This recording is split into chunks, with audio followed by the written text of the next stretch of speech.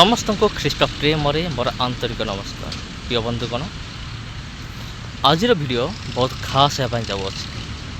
विशेषकर जो मैंने प्रभु जीशु ख्रीष्ट को विरोध करती ख्रीष्टान मान ऊपर, विशेषकर जो मैंने मिछ दोष जो मैंने लदी दिखती, जो मैंने मिछरे आउ प्रभु जीशुंकर लोक मान विपक्ष इाड़ू सियाड़ू कथा से कहती।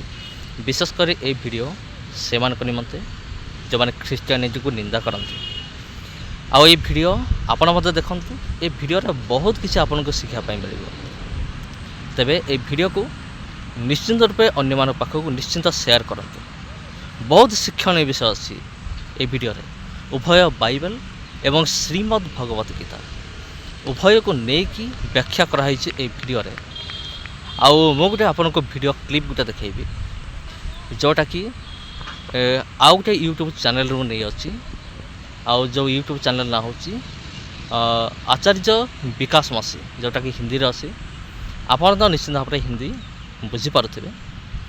आ निश्चित रूप से वीडियो कमर देखूँ, आरंभ शेष मत देखूँ। अनेक शिक्षणीय विषय सब रही है एवं निश्चित रूप से वीडियो को गोटे लाइक कर दिंतु। आउ वीडियो को अन्य मान पाखक शेयर मध्य निश्चित रूप करते, कारण एमिती विषय वस्तु ए वीडियो रे रही है। तुमने परमेश्वर को पत्थरों में ढूंढा, लिखा है अंधरम प्रविशन्ते, संपूर्ण जीवन काल तुमको अंधकार में जिताना पड़ेगा। संपूर्ण जीवन इस पृथ्वी के बाद तुमको उस अंधकार में जीना पड़ेगा अगर तुमने परमेश्वर की महिमा को छेड़छाड़ की। अंधरम प्रविशन्ते समुपासिते न तस्य प्रथमास्ति यश नाम मदस।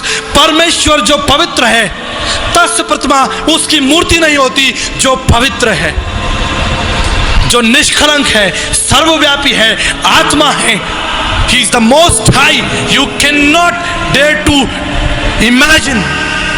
आप उसको लाल और पीला नहीं कर सकते मेरे मित्रों, आप उसके साथ खिलवाड़ नहीं कर सकते। परमेश्वर का वचन कहता है उन्होंने नाशवान पक्षी, चौपाइयों और रेंगने वाले जंतुओं की समानता में परमेश्वर की पवित्रता को बदल दिया।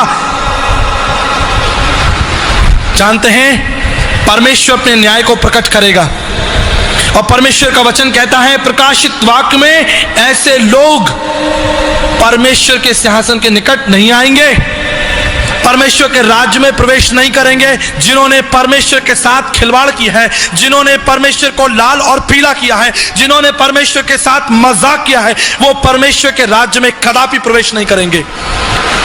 लेकिन वचन में लिखा धन्य है जो अपने वस्त्र धो लेते हैं, केवल वो परमेश्वर के राज्य में प्रवेश करेंगे।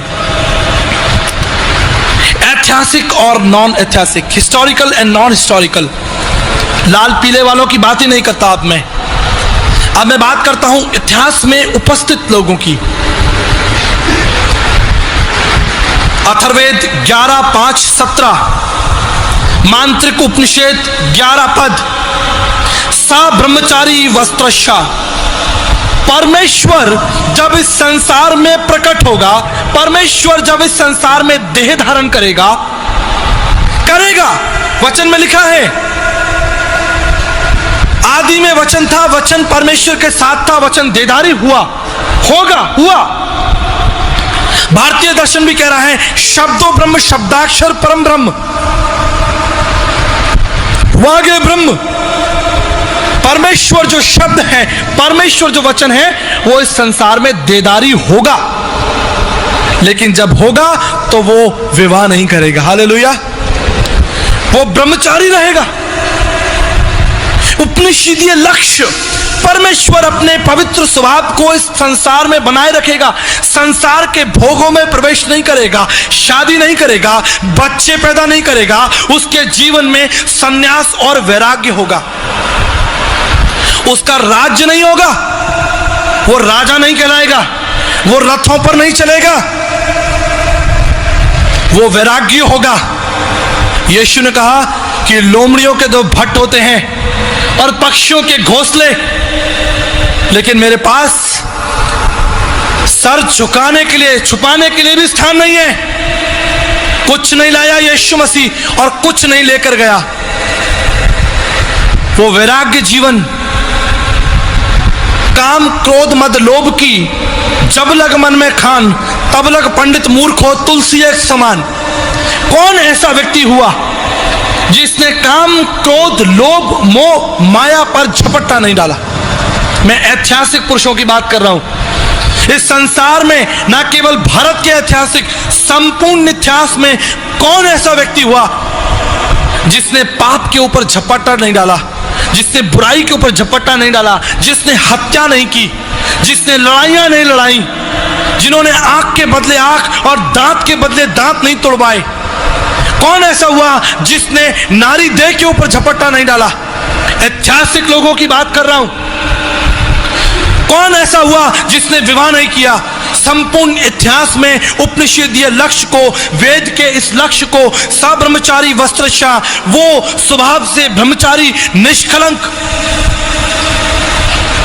पवित्र रहेगा। 33.5 साल प्रभु यीशु मसीह ने पवित्र जीवन इस पृथ्वी पर जिया। इतिहास गवाह है, कोई कल्पना नहीं है।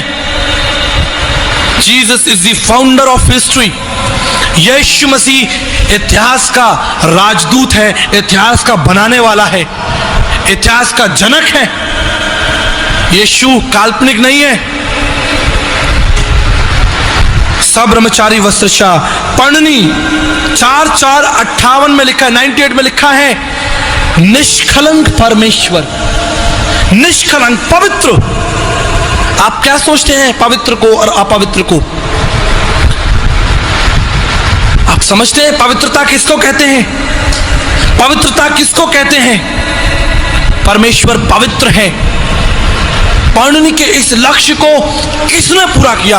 कौन था जिसने पवित्र जीवन जिया, संपूर्ण पवित्र जीवन? लोग बड़ी आसानी से कह देते हैं सब एक है। चाहिए लोगों से पूछिए, लोग बड़ी आसानी से कह देते हैं सब एक है। आप इस रास्ते, मैं इस रास्ते, सब वहीं मिलेंगे। बाइबल नहीं कहती है ऐसा कि सब वहीं मिलेंगे। यह आपका भ्रम है, यह आपकी सोच है कि सब वहां मिलेंगे। बाइबल कहती है हत्यारे, झूठ के चाहने वाले, झूठ के गढ़ने वाले, व्यभिचारी, मूर्ति पूजक, सब उस गंधक की आग में होंगे। समस्या यह है कि उन्होंने रुककर जानने की कोशिश नहीं की। अरे खाने और कपड़े के लिए हम इतना दिमाग का इस्तेमाल करते हैं। टमाटर के ठेले पर खड़े होकर आंख बंद करके टमाटर नहीं लेते तुम, छांट छांट कर ले लेते हो। सब टमाटर एक हैं, ले लो कोई सा भी। आलू के ठेले पर खड़े होकर चुन चुन कर तुम आलू निकालते हो।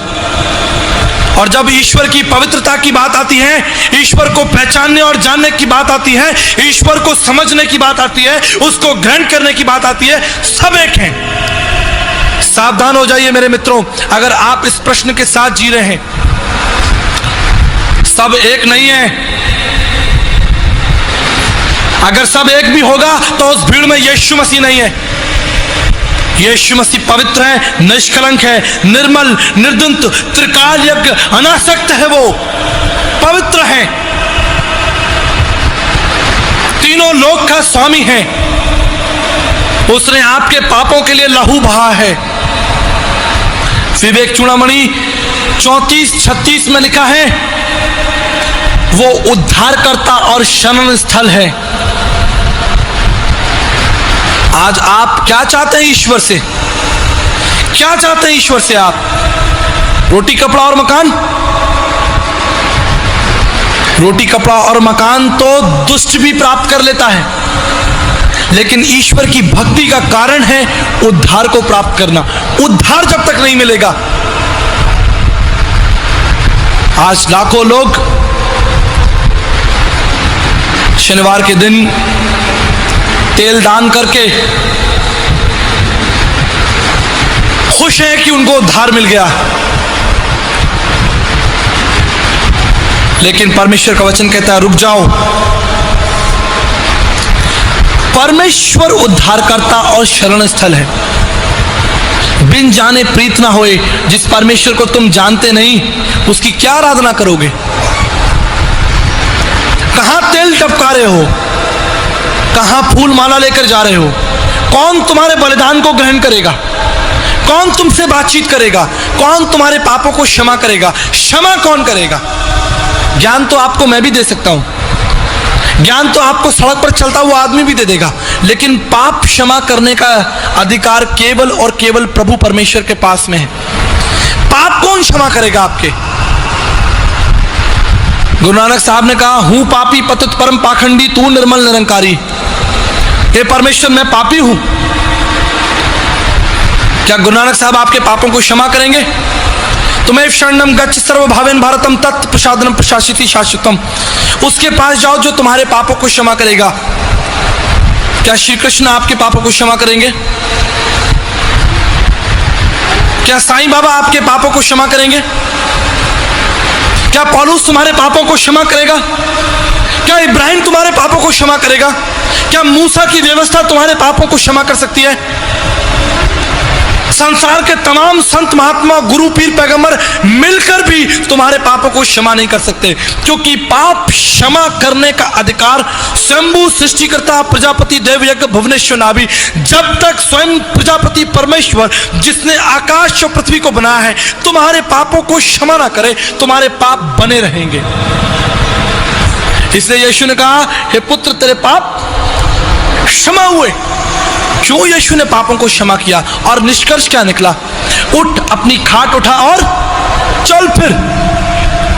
अगर प्रभु यीशु मसीह सिर्फ इतना बोल देता, तेरे पाप क्षमा हुए, और अपने रास्ते चला जाता, और वो बीमार उठकर खड़ा नहीं हुआ होता, तो मुझे आज इस स्थान पर प्रभु यीशु मसीह के विषय में बोलने की कोई आवश्यकता नहीं थी। ज्ञान देने वाले बहुत थे, लेकिन यीशु ने कहा, आज ही तू मेरे साथ अपनी खाट उठा और आज इस घर में उद्धार आया। अरे यीशु जो बोल रहा है वो होता जा रहा है, होएगा नहीं, होएगा नहीं, हो गया। उसने कहा, उठ, अपनी खाट उठा, तेरे पाप क्षमा हुए। और वो लिखा है कि वचन में, वो अपनी खाट उठा के, अरे अंधा आया, यीशु ने कहा, देख मैं चाहता हूं तू ठीक हो जा, और वो ठीक हो गया। उसके पाप क्षमा होने को मैं कैसे मान लूं? वचन में लिखा है कि वो देखने लगा, वचन में लिखा है कि वो दौड़ने लगा, वचन में लिखा है कि कोढ़ी शुद्ध हो गए, जीवन बदल गया। ये है पाप क्षमा। जब पाप क्षमा होंगे, जीवन बदल जाएगा। बहुत सारे लोगों ने आज अपने पाप क्षमा के लिए गुरुओं का सहारा लिया है। गुरु, क्या समझते हैं आप इस शब्द से, गुरु से? गु माने अंधकार, रू माने दूर करने वाला, अंधकार को दूर करने वाला। यीशु ने कहा, तुम गुरु क्यों नहीं, तुम क्यों गुरु नहीं कहलाना? क्या कारण है भाई? क्या खराबी है मुझ में? मैं गुरु क्यों नहीं कहलाऊं? क्योंकि प्रभु ने कहा, सबने पाप किया। हालेलुया। बातों को समझिए प्रकाशन के साथ। तुम इसलिए गुरु नहीं कहलाना क्योंकि तुम पापी हो। और एक अंधा दूसरे अंधे को मार, क्या दोनों गड्ढे में नहीं गिरेंगे? लोभी गुरु और लालची चेला दोनों नरक में ठेलम ठेला, दोनों नरक में होंगे। जो भी व्यक्ति अपने आप को गुरु कहलवाएगा, अंधकार को दूर करने वाला कहलवाएगा, बाइबल कहती है वो कहां पाया जाएगा? नरक में। क्यों? गुरु उच्च स्थान है, साक्षात है गुरुवर हरि। केवल परमेश्वर ही गुरु हो सकता है, मनुष्य नहीं हो सकता। ब्रह्मविद्या उपनिषद 31 पद, स्वयं परमेश्वर ही गुरु है। तुम गुरु ना कहलाना। अंधकार को दूर करने की शक्ति मनुष्यों में नहीं है। कोई मनुष्य तुम्हारे अंधकार को दूर नहीं कर सकता, कोई मनुष्य तुम्हारे पापों को क्षमा नहीं कर सकता, जब तक उसके पाप स्वर्ग से क्षमा नहीं किए जाएं। और यीशु ने क्या कहा? मैं कहां से आया हूं और कहां को जाता हूं? स्वर्ग को। मैं इस पृथ्वी का नहीं हूं। और ऐसा कहकर यीशु ने उपनिषदीय लक्ष्यों को पूरा किया। गीता के 4 अध्याय 37 पद में लिखा है, ज्ञान अग्नि सर्व कर्मणि भस्मा कुरेत। जब तुमको वो पवित्र ज्ञान मिलेगा तो अंधकार दूर हो जाएगा। लेकिन इस पवित्र ज्ञान को देगा कौन? स्वयं सृष्टिकर्ता। उस परमेश्वर का ज्ञान मैं आपको नहीं दे सकता। उस परमेश्वर का ज्ञान स्वयं परमेश्वर आपको देगा। और वचन में लिखा है कि उसने हमारे बीच में डेरा किया। हालेलुया। वो हमारे मध्य में रहा, हमारे मध्य में चला फिरा। उसने हमारे मध्य रोटी तोड़ी। आकाश और पृथ्वी का परमेश्वर 33.5 साल के लिए हमारे बीच में रहा। इसलिए गीता में लिखा है कि जब तक तुम उसको नहीं जान लेते उस बंधन से मुक्त नहीं हो सकते। श्वेताश्वर उपनिषद उसका 3 अध्याय 8 पद, तुम्हें विद्वंति मृत्युमेति नान्य पंथा विद्यते यनान। परमेश्वर को जानकर ही मनुष्य उस अंधकार से, पाप से बाहर निकल सकता है। उस परम गति को प्राप्त करने का दूसरा कोई तरीका नहीं है। केवल उस परमेश्वर को जानकर। बिना परमेश्वर को जाने आपके पाप क्षमा नहीं होंगे। और यीशु मसीह ही परमेश्वर है जिसने पाप क्षमा किए, जो पाप क्षमा कर रहा है और आने वाली पीढ़ी के पापों को भी वो क्षमा करेगा। मैं परमेश्वर का धन्यवाद करता हूं। उस परमेश्वर को ढूंढने के लिए लोग पहाड़ों पर जा रहे हैं, लेकिन यीशु मसीह ने कहा, मम युगम श्वेत पर्यता, मेरी शिक्षाएं, मेरा जुआ तुम अपने ऊपर ले लो। मम युगम श्वेत पर्यता, मेरी शिक्षाओं को तुम अपने कंधों पर ले लो। क्या होगा? तू अपने मुंह से अंगीकार कर तो निश्चित उद्धार पाएगा, निश्चित। इसमें कोई धोखा नहीं होगा। मित्रों, संसार में तमाम लोग आए, आप ध्यान दीजिए, सोचिए। कल मैं आपको बता रहा था 544 धर्म पुस्तकों में पाप क्षमा करने का वर्णन कहीं नहीं आया। भारतीय दर्शनों में पाप क्षमा करने का वर्णन कहीं नहीं आया। पाप उजागर किया गया, पाप के प्रकार बताए गए, लेकिन 2 प्रश्नों का उत्तर कहीं नहीं मिलता सिवाय बाइबल के। और वो 2 प्रश्न, पहला प्रश्न है, वो कौन था जिसने अपनी योग्यता और अयोग्यता के आधार पर पाप के भयंकर चक्र को जन्म दिया? पाप इस संसार में आया कैसे? इस प्रश्न का उत्तर आपको सिवाय बाइबल के कहीं नहीं मिलेगा।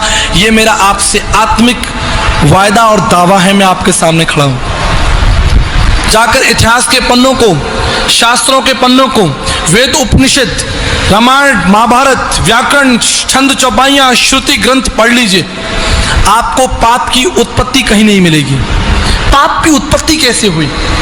और दूसरा मुख्य उत्तर प्रश्न, इस पाप की स्वतंत्रता का समाधान कैसे होगा?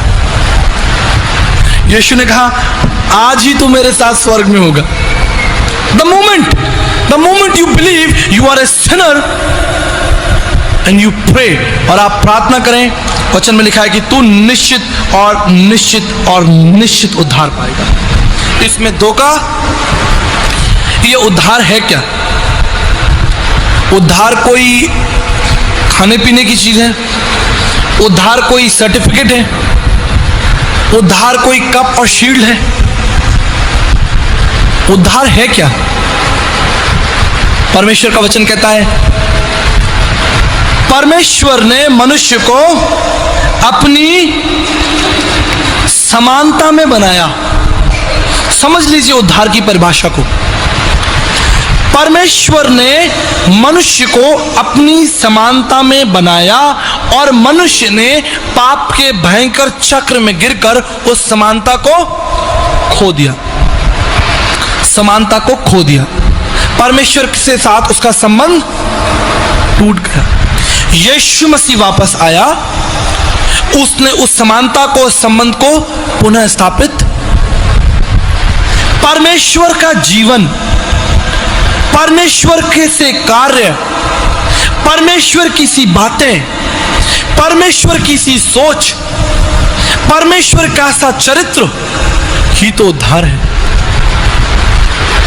परमेश्वर ने मनुष्य को अपनी समानता बनाया। निकालिए फिलिप्पियों की पत्री, फिलिपियों उसका 2 अध्याय और 6 पद। जिसने परमेश्वर के स्वरूप में होकर अपने आप को परमेश्वर की तुल्य क्या कर दिया उसने। आज लोगों के पास थोड़ा पैसा आ जाता है, थोड़ी गाड़ी आ जाती है, थोड़ी धन संपत्ति आ जाती है, थोड़ी चमक दमक आ जाती है, वो 0 से सीधे 100 पर पहुंच जाते हैं। फिर वो सीधे मुंह किसी से बात नहीं करते। 4 पद कहता है कि हर एक अपने हित की नहीं वरन दूसरे के हित की चिंता करो। यही तो उद्धार है, यही देने तो यीशु मसीह आया था। हर एक अपने हित की नहीं वरन दूसरे के हित की भी चिंता करे। यही तो उद्धार का संदेश है। 7वां पद कहता है वरन अपने आप को ऐसा शून्य कर दिया कि दास का स्वरूप धारण किया और मनुष्य की समानता में हो गया और मनुष्य के रूप में प्रकट होकर अपने आप को दीन किया। दीन करना ही तो स्वर्ग के राज्य को प्राप्त करना है। धन्य जो मन के वो क्या करेंगे, स्वर्ग के राज्य के। अत्र ब्रह्म शमस्नते, महाभारत में लिखा है जब आप जीवित हैं यही क्षण है, यही मौका है उद्धार को प्राप्त कर लेने का। मरने के बाद उद्धार नहीं मिलेगा। मरने के बाद तुम्हारे बाल बच्चे तुम्हारे लिए तिये की बैठक करके तुमको स्वर्ग के राज्य में नहीं भेज सकते। मरने के बाद तुम्हारे बेटे और बेटियां तुम्हारा चौथा करके तुमको परमेश्वर के राज्य में स्थान नहीं दिला सकते। अत्र ब्रह्म समश्नुते, जब आप जीवित हैं, शरीर में हैं, उसी समय आप परमेश्वर को प्राप्त कर सकते हैं। अशुद्ध परम पापम शुद्ध पाप प्रमोचनी, महाभारत के शांति पर्व में लिखा है अगर तू इस बात पर अविश्वासी होगा तो तेरा पाप तुझ में बना रहेगा। लेकिन यीशु ने कहा तू विश्वास कर तो तू परमेश्वर की महिमा को। यह उद्धार के चिन्ह, जो ही आप उद्धार पाएंगे आपके जीवन में कार्य होना शुरू हो जाएगा। आप स्वर्ग के राज्य के अधिकारी तो हो जाएंगे, लेकिन इस पृथ्वी पर आपके मन में चैन आ जाएगा। इस पृथ्वी पर आपके मन में शांति आ जाएगी। आप मेल मिलाप करने वाले हो जाएंगे। आज मैं पूरे संसार में त्राही त्राही देखता हूं, उसका एक छोटा सा नमूना आपको बताता हूं।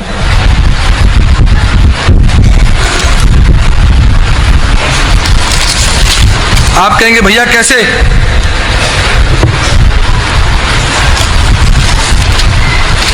अखबार के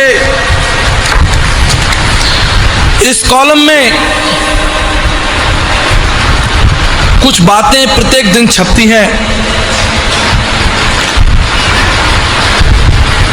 भारत के नंबर 1 बाबा खान बंगाली, आपकी समस्याओं का समाधान, गृह क्लेश वशीकरण, सौतन से छुटकारा, जादू टोना, मन चाहा प्यार, व्यापार में तेबे प्रिय बंधुगण ए वीडियो को आपण शेयर करंतु अन्य सहित जेपरी अन्य माने मध्य किसी शिखि पारिबे। आ जदि आपण किसी प्रश्न थाए मते कमेंट करंतु। आ विशेष करी जो माने प्रभु यीशु ख्रीष्ट को निंदा करंतु, आ बाइबल को लेकिन उल्टा सीधा जो माने प्रश्न करंतु। आ आज मु सेमान को गोटे प्रश्न पचारे चाहूँगी, विशेष करी सेमानकर धर्मशास्त्र। आउ से प्रश्न के हूँ हिंदू धर्मशास्त्र अनुसार पाप कौन, या क्योंठी क्यों धर्मशास्त्र लिखा अच्छे। आउ जदि कौन ख्रीष्ट विरोधी ये वीडियो देखु था तेज निश्चित भाव में कमेंट बॉक्स कमेंट करूँ। धन्यवाद।